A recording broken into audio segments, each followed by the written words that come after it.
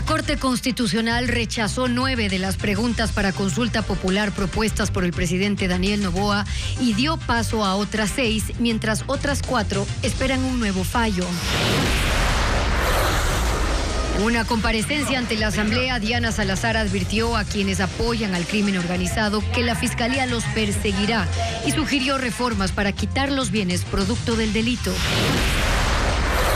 La Corte de Justicia se reúne para elegir presidente para los próximos 3 años. Y entre los magistrados, José Swing, Daniela Camacho e Iván Saquicela. La canciller Gabriela Sommerfield confirmó que Ecuador no dará salvoconducto al ex vicepresidente Jorge Glass y dijo que no puede asegurar que él continúa en la Embajada de México en Quito. Desde este sábado, 10 agencias del registro civil en el país atenderán para la emisión de pasaportes, pues su demanda se duplicó en comparación al año anterior. En Estados Unidos se realizó la primera ejecución en la historia con el método de asfixia por inhalación de nitrógeno, calificado por Naciones Unidas como tortura. Televistazo con Gabriela Baer y Stephanie Espín.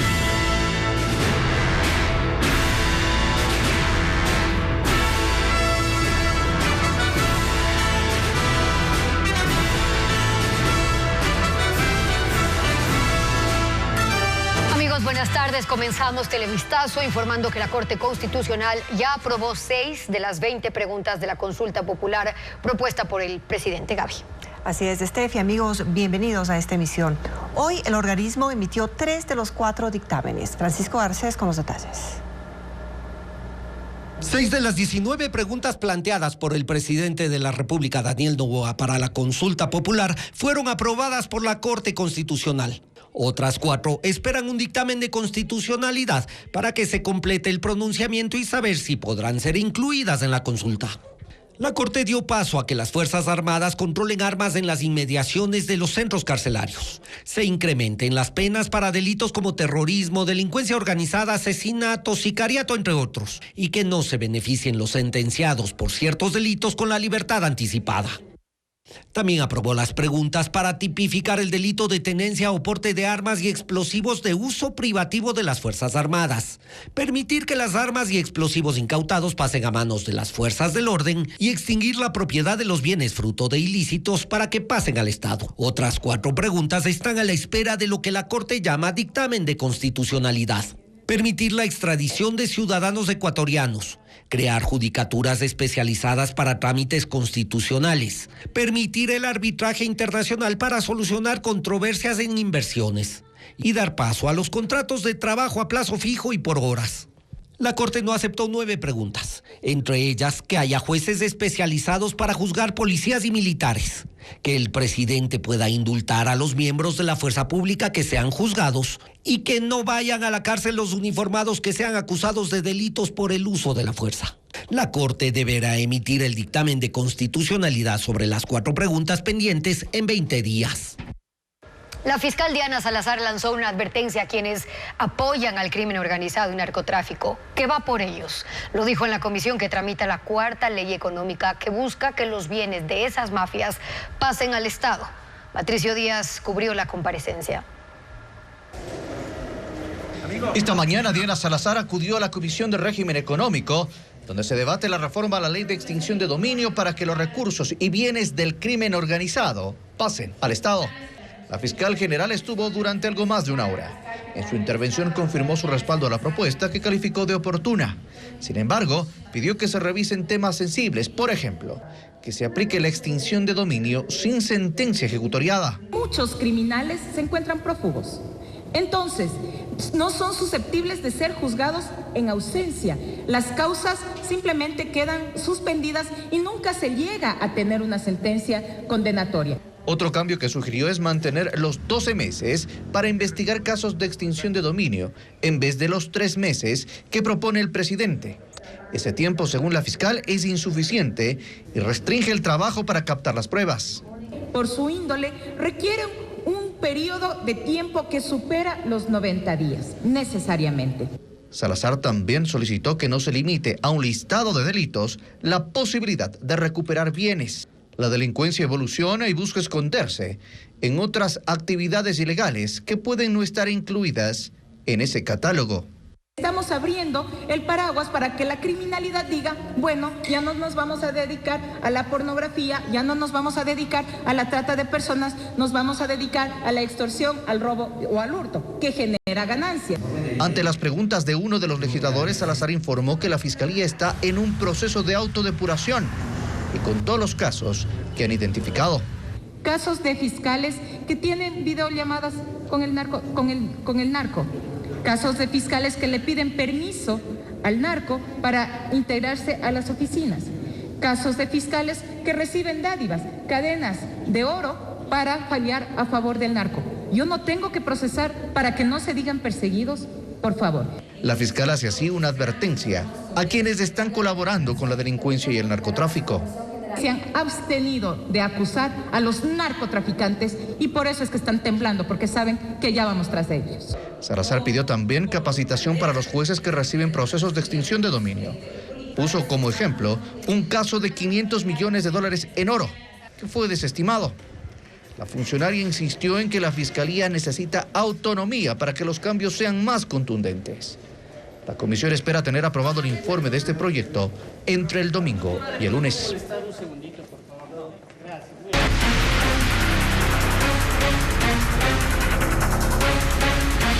Bandas, radiografía del crimen.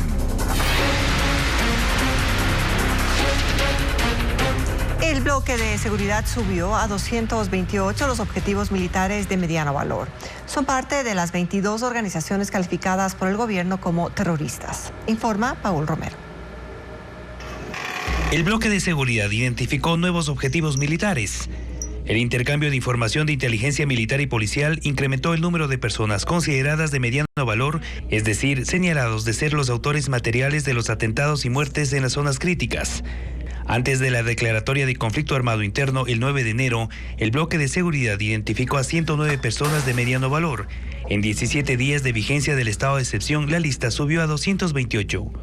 Es decir, aquellos objetivos en donde esta gente, en los distritos donde están focalizados, estos venían cometiendo asesinatos y también eran los financistas para captar a menores de edad para que cometan asesinatos por la disputa de territorios, indudablemente motivado por el narcotráfico. Al momento se encuentran 52 ya están capturados de estos tipos. El bloque de seguridad, integrado por más de 200 uniformados de las unidades de élite de las Fuerzas Armadas y Policía, busca a estas personas en las zonas de influencia de los 22 grupos de delincuencia organizada. Las operaciones se concentran en 38 cantones considerados en el último decreto ejecutivo del presidente Daniel Noboa de alto nivel de violencia. Una parte de la información para identificar y localizar a los cabecillas de estas organizaciones fue encontrada en los teléfonos celulares incautados a los presos en las cárceles. Las operaciones para detener a los implicados se realizan de forma coordinada entre las Fuerzas Armadas y Policía, sin la necesidad de una autorización judicial. Están amparados en el estado de excepción. Una de estas detenciones se realizó ayer en Guayaquil. Es alias Frenillo. Según las Fuerzas Armadas, él es cabecilla de la organización Mafia 18. Este viernes salió libre porque una jueza le otorgó una medida cautelar que solo le prohíbe salir del país. Operativos en Esmeralda, Santa Elena, Guayas y Los Ríos permitieron la liberación de un secuestrado y además del decomiso de armas y municiones. Marilyn Ochoa informa que uno de los detenidos es acusado de asesinar a 15 personas. En Esmeraldas, en el barrio 5 de junio, las Fuerzas Armadas capturaron a 6 presuntos integrantes de la organización señalada por el gobierno como terrorista, Los Tiguerones. Entre ellos está Jimmy B., alias Hongo, quien según el ejército tenía boletas de captura por asesinar a 15 personas. Tras el operativo, los uniformados también reportaron el hallazgo de 6 armas de fuego y municiones. Aseguraron que los sospechosos atacaban en varios sectores de Esmeraldas. En Santa Elena, el hijo de 41 años del prefecto de Los Ríos, Johnny Terán, permaneció 4 horas en cautiverio. Fue secuestrado por 5 hombres armados que se movilizaban en una camioneta. La policía cerró el ingreso y salida del cantón y rescató a la víctima, pero no hay detenidos. Mientras en Los Ríos, la policía detuvo a 5 personas vinculadas al grupo Los Fatales, también señalado como terrorista. Son acusadas de varios casos de asesinato, robo, extorsión y narcotráfico. Durante esta operación se realizaron 9 allanamientos en la ciudad de Babahoyo y al final presentaron un fusil, 4 armas de fuego, 3 motos y drogas.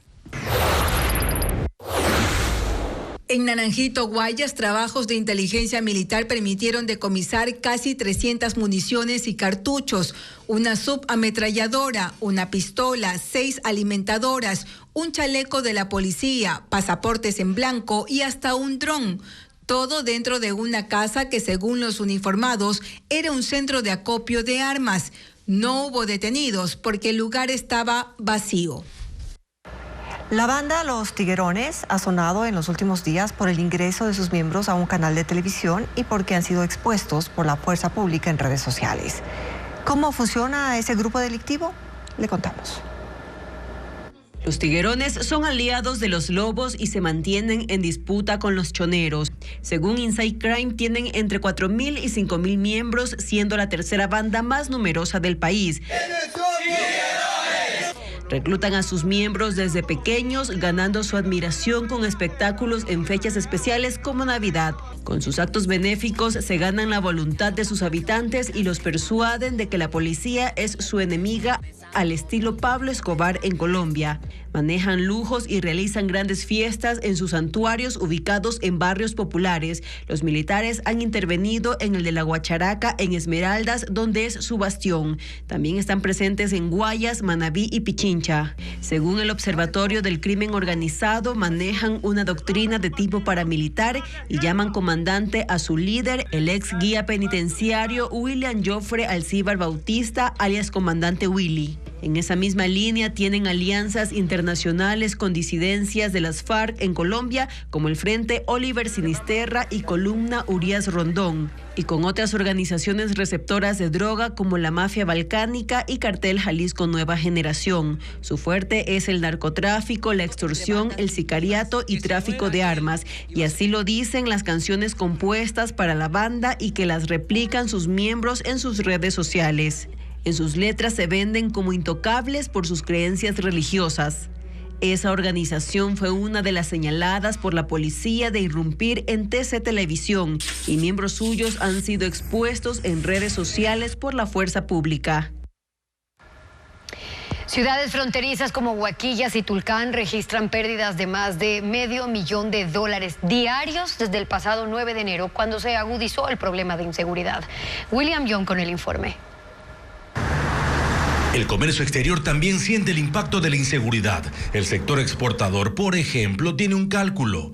$1 millón diarios es lo que destina a medidas de protección y seguridad de su cadena productiva. Los candados satelitales, el acompañamiento a los containers a través de convoys, escáneres manuales, porque ya no tenemos la certeza, por ejemplo, que los containers vengan limpios, ¿no es cierto? Es decir, es un acompañamiento y una inversión de herramientas tecnológicas y de protocolos de seguridad adicionales. Sin embargo, aseguró que los patrullajes de policías y militares redujeron los asaltos a sus transportes y robos de mercadería en el perímetro de los puertos e industrias. Pero el impacto también llegó a las fronteras terrestres de Ecuador. En el sur, Huaquillas, población con 65,000 habitantes, depende en un 90% del comercio y ahora está en crisis. 4.600 locales cerraron. De las 30.000 personas que a diario visitaban la ciudad por compras e intercambio de mercadería desde Aguas Verdes en Perú, solo transita la mitad.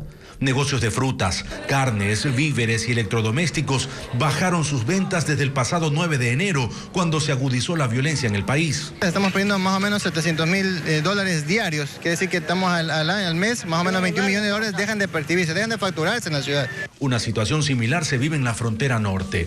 Pese a que la provincia de Carchi es la tercera más segura del país, con solo 8 muertes violentas registradas en 2023. Medidas como el toque de queda y estado de excepción por la guerra interna golpearon su economía. Según los datos de la Cámara de Comercio de Tulcán, las pérdidas en esta ciudad superan los $500,000 por día. Se habla de aproximadamente 5,000 personas que han dejado de venir diariamente a nuestra ciudad, con fines comerciales. Añadió que el pedido de pasado judicial a los extranjeros que ingresan al país es otra medida que redujo la visita de turistas y comerciantes colombianos.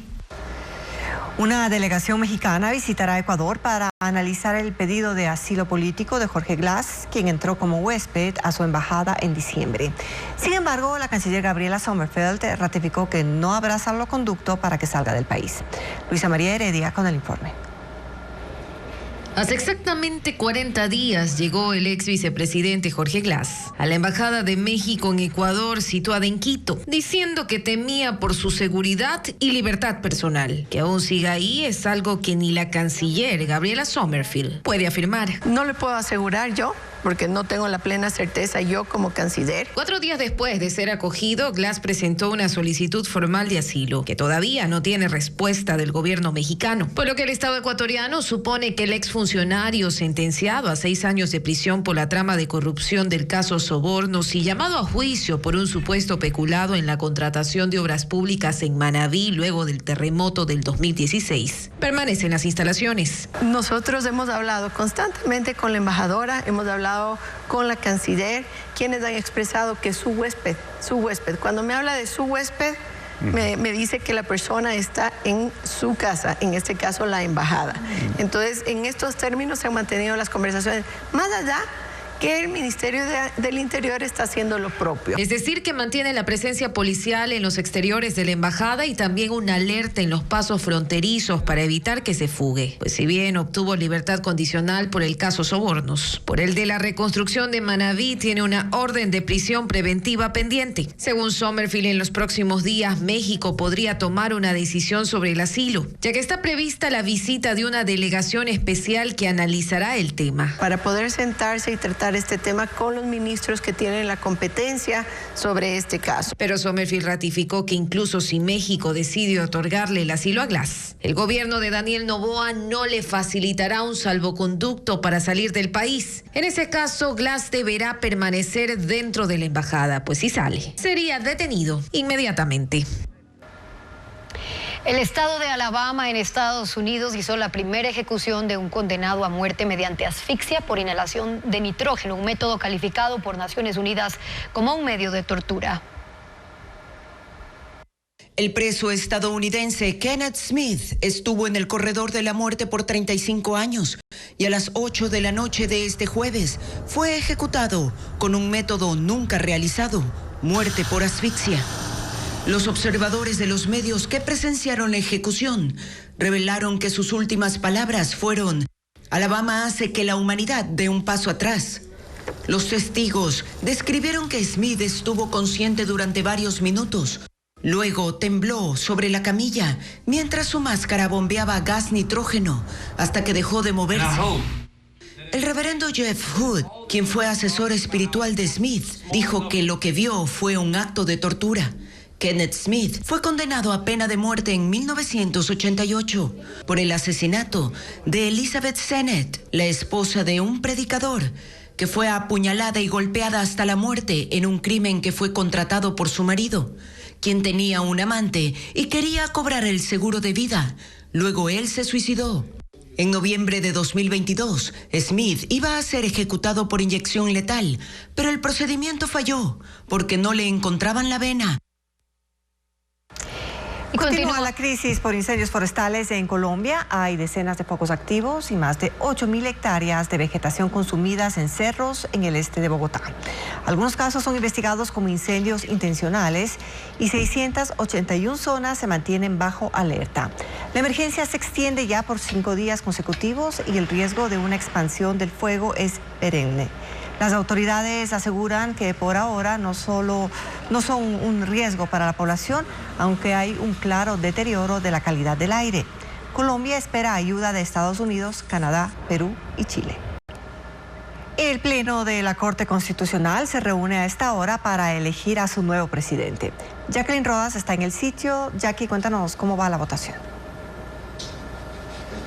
Sí, Gaby, es la Corte Nacional de Justicia En este momento está reunido el Pleno en sesión para elegir a su próximo presidente o presidenta. Hasta el momento lo que ha ocurrido es lo que estaba previsto. Se han presentado ya las 3 candidaturas de Iván Saquicela para la reelección, de la jueza Daniela Camacho y del juez José Swing. Minutos antes dio declaraciones del presidente todavía de la Corte Nacional, Iván Saquicela, y él lo que ha dicho es que en caso de que en una primera vuelta obtengan más votos los otros 2 candidatos, la jueza Camacho y el juez Swing, él declinaría su postulación por el bien del país. Escuchemos lo que dijo. Prometo ante el país, si es que el compañero José, si la compañera Daniel obtienen más votos, yo declinaré en favor del consenso. Porque aunque hay legítimas aspiraciones, primero está el país. Y creo que ganando o perdiendo, tengo de verdad la profunda satisfacción de haber sido un presidente de la Corte, tal como dije, de justicia abierta. Hemos hecho un trabajo por la función judicial. A esta hora lo que está ocurriendo es que los 3 candidatos están expresando a sus compañeros las razones de su postulación y de su aspiración a ser presidente o presidenta de la Corte Nacional de Justicia. Enseguida lo que ocurrirá es que se les entregará los papeles donde deberán consignar el voto de su candidato y luego se contabilizará. Recordemos que se necesitan al menos 12 votos de 15 jueces presentes para elegir al próximo presidente. Nosotros continuamos aquí pendientes y nos volveremos a enlazar cuando ya se conozca el nombre del presidente de la Corte Nacional.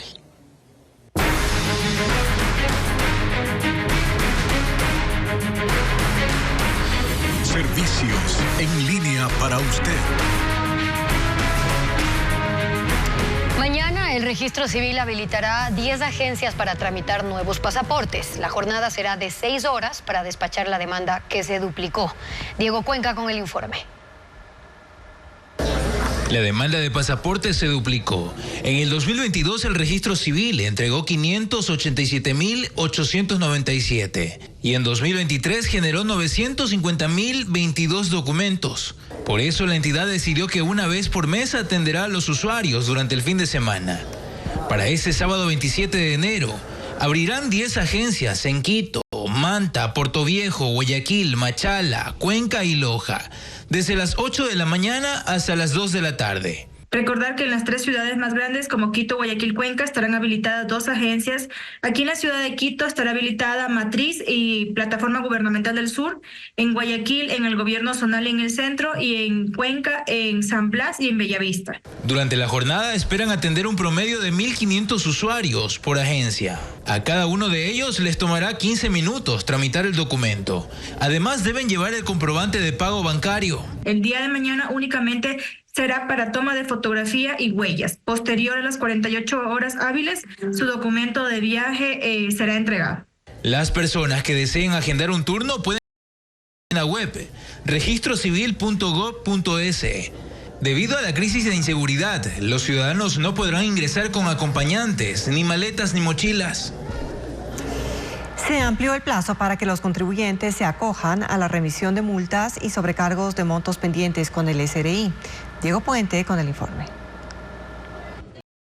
Una noticia para los contribuyentes que mantienen deudas con el Servicio de Rentas Internas y buscan acogerse al perdón de multas, sobrecargos e intereses. El plazo se amplió y las condiciones se mejoraron. Aquellos que realicen el pago del capital antes del 31 de julio gozarán de una remisión del 100% de estas obligaciones. Originalmente estaba previsto que sea 150 días, que en términos prácticos correspondería al 18 de mayo del 2024, la finalización de esa amnistía tributaria. La Ley de Competitividad Energética, que entró en vigencia el 11 de enero, también modificó las condiciones. Antes accedían al perdón de las multas los deudores que pagaban el total del capital. Permite acogerse a la amnistía tributaria pagando una parte del capital y se calcularán los intereses sobre la diferencia. El gobierno perdona las multas porque quiere recaudar el pago del capital que suma $830 millones. Este beneficio es para empresas, consorcios, compañías y personas naturales que mantienen deudas con el SRI. El gobierno de Daniel Noboa no está seguro de poder pagar todos los sueldos públicos de enero. Y al igual que ocurrió en noviembre y diciembre pasado, la caja fiscal no alcanza para cubrir los más de 700 millones de dólares para salarios por mes. Luisa María Heredia con las cifras. A menos de una semana de que culmine enero, el gobierno no tiene la certeza de poder pagar la totalidad de los sueldos del sector público. Lo reconoció este jueves el viceministro Esteban Torres. Yo le voy a ser muy honesto y este gobierno se ha caracterizado por decir la verdad. En este momento todavía no estamos seguros si se va a poder pagar el 100% de los sueldos públicos de enero. La caja fiscal está realmente golpeada.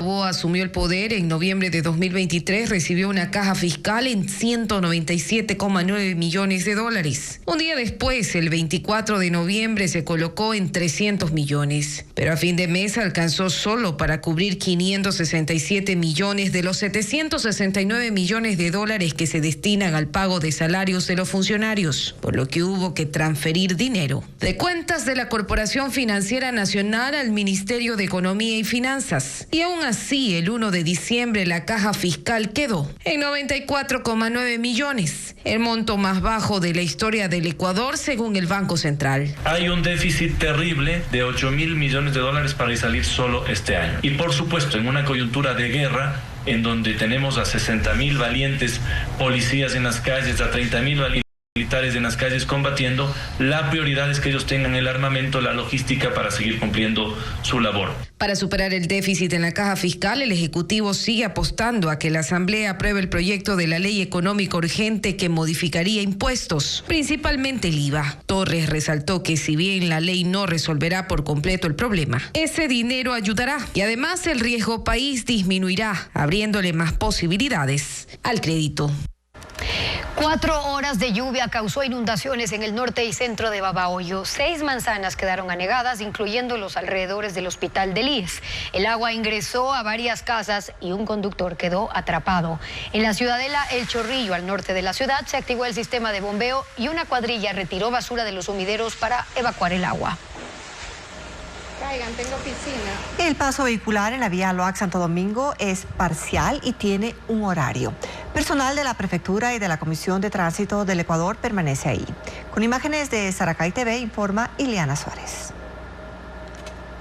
El paso vehicular a lo largo de la vía Loac Santo Domingo por el kilómetro 83 se mantiene parcialmente habilitado. La vía solamente se abre durante el día, desde las 6 de la mañana hasta las 6 de la tarde y por un solo carril. Esto se debe a los constantes deslizamientos de tierra en el área. Personal de la Comisión de Tránsito del Ecuador se mantiene en el lugar para guiar a los conductores.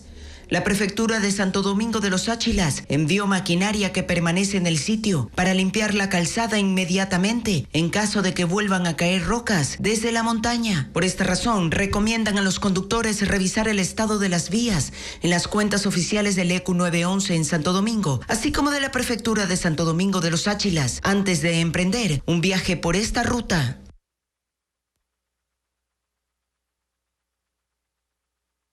El refugio de vida silvestre Manglares del Morro, en Guayas, tiene estuarios y formaciones rocosas que albergan más de 200 especies.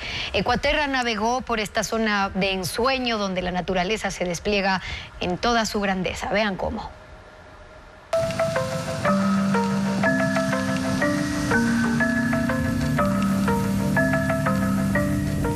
En el norte del Golfo de Guayaquil hay un paraíso natural que es hogar de una amplia biodiversidad.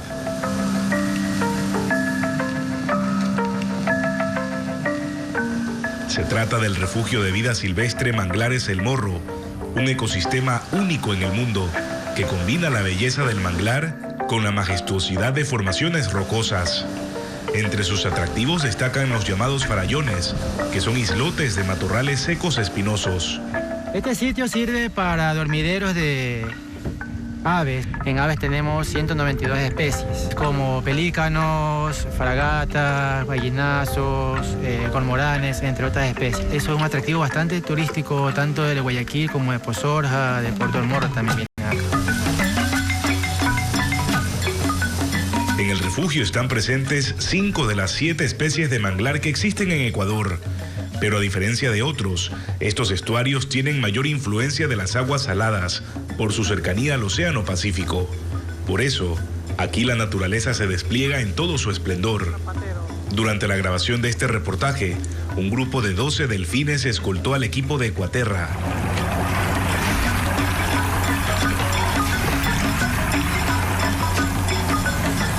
Incluso, entre ellos nadaba una cría.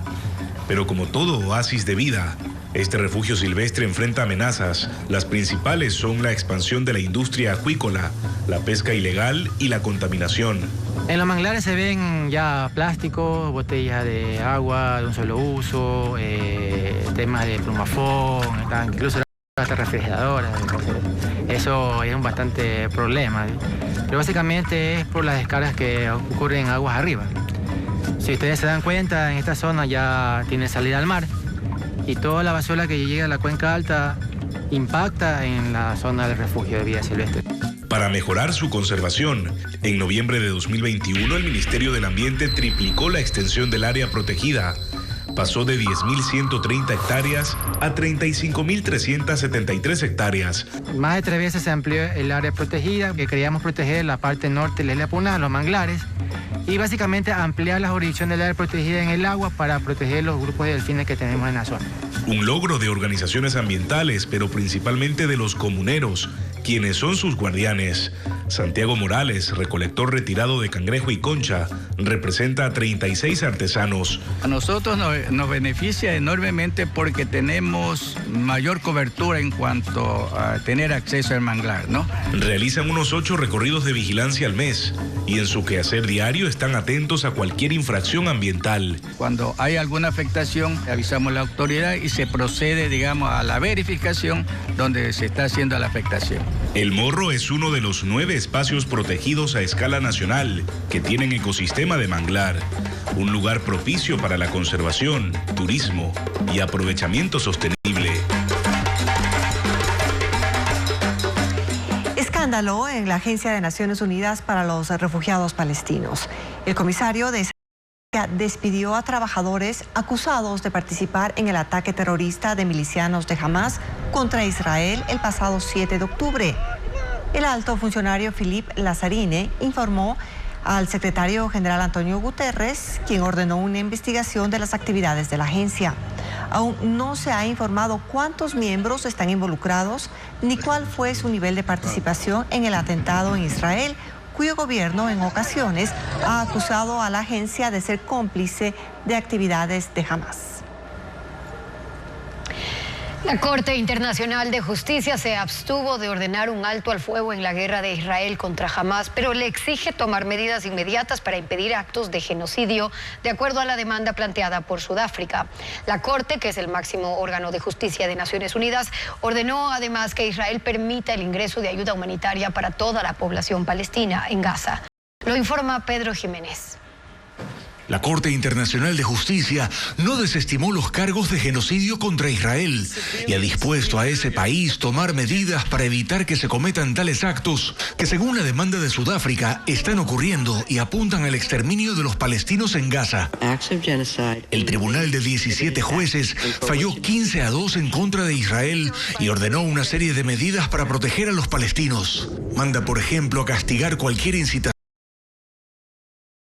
y asegurarse con efecto inmediato de que sus militares no cometan ningún acto prohibido por la Convención sobre el Genocidio. Además, ordena permitir el acceso de asistencia humanitaria a Gaza, pero no habla de exigir un alto al fuego inmediato. La presidenta de la Corte dijo que el tribunal está muy consciente del alcance de la tragedia humana que se está desarrollando en la región y que está profundamente preocupado por la continua pérdida de vidas y el sufrimiento humano. La lectura de la sentencia ocurría cuando en simultáneo se daba una manifestación pro-palestina en las afueras de la Corte en la ciudad de La Haya. Y el ministro de Exteriores de la Autoridad Nacional Palestina, Riyad al-Maliki, celebraba el fallo de la Corte. Pero Israel mantiene su posición inicial y tras la sentencia, el primer ministro Benjamín Netanyahu dijo que las acusaciones de genocidio son escandalosas y prometió seguir con la guerra. Los ataques de Israel sobre la Franja de Gaza han matado a más de 26.000 personas, la mayoría mujeres y niños, en medio de una grave crisis humanitaria.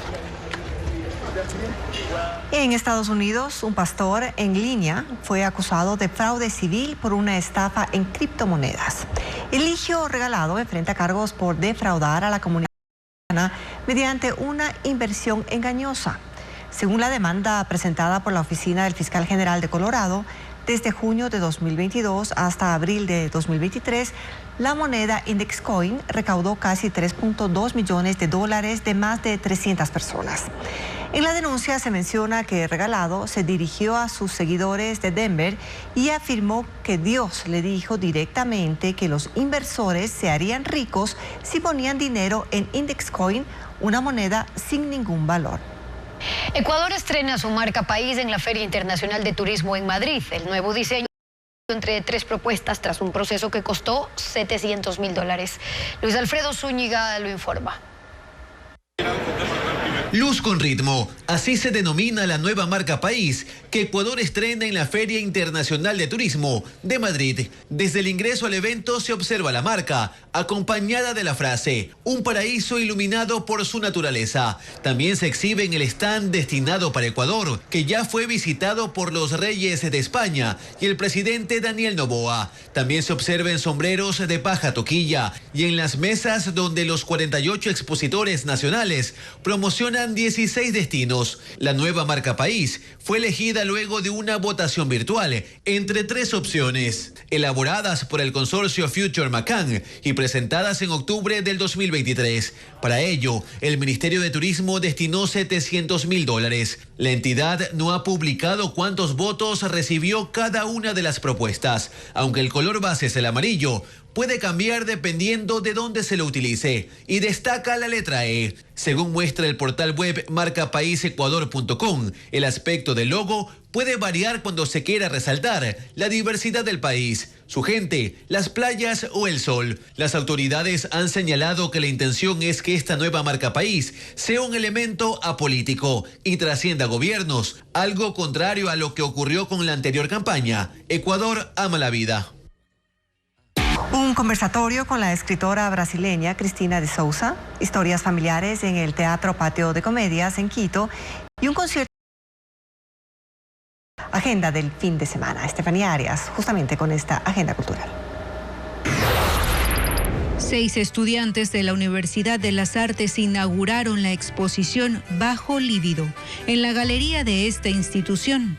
La muestra está abierta desde este viernes 26 hasta el 23 de febrero, de 10 de la mañana a 6 de la tarde. En Quito, el artista Jaime Garcés Molineros realizará una visita guiada por su muestra Paisajes Íntimos. Será en la Galería de la Alianza Francesa este sábado 27 a las 11 de la mañana. En el Teatro Patio de Comedias en Quito se estrenará el monólogo El Pollo, entre cuchillos y fronteras, una obra dirigida por Juana Estrella e interpretada por Carolina López Puyol. Las funciones serán este viernes 26 y sábado 27 a las 19 horas y domingo 28 a las 18 horas. La Orquesta Filarmónica de Manabí, el Coro Lírico Montecristi y la Compañía Levosi forman parte de un elenco de más de 50 artistas que pondrán en escena el espectáculo Sonidos de Manabí. El concierto será en la Casa de la Cultura Núcleo Manabí, este viernes 26 a las 19:30. La entrada es libre. 61 nidos de tortugas verdes marinas, una especie en peligro de extinción, han sido identificados en las islas Isabela y Santa Cruz. Guardaparques y voluntarios han instalado campamentos de monitoreo permanente para protegerlos de especies invasoras y de las actividades humanas. Vanessa Robles reporta.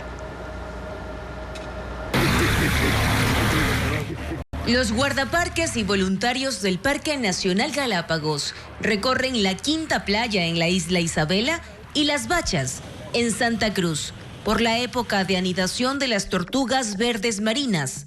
Monitorear este proceso biológico es primordial. porque se trata de un animal en peligro, según la lista roja de especies amenazadas de la Unión Internacional para la Conservación de la Naturaleza. En una semana y media de recorrido, ya han encontrado 61 nidos. Las hembras cavan un orificio de aproximadamente 70 centímetros de profundidad, con la capacidad para albergar 80 huevos. El equipo técnico registra la ubicación en una base de datos y estima el tiempo de eclosión, que tarda 9 semanas. También instalan campamentos permanentes y delimitan el perímetro para evitar el ingreso de especies invasoras. Las playas de Galápagos son consideradas por la Convención Interamericana para la Protección y Conservación de las Tortugas Marinas como un índice referencial sobre la población de esta especie. Considerada de tamaño mediano, alcanza 120 centímetros de largo y de 130 a 150 kilogramos de peso en su madurez. Actualmente la Reserva Marina Galápagos es hogar de 2.500 tortugas verdes. Y aunque hasta ahora son 4.880 huevos, el Ministerio de Ambiente detalla que por cada 1.000 tortugas marinas que nacen, apenas una llega a su vida adulta.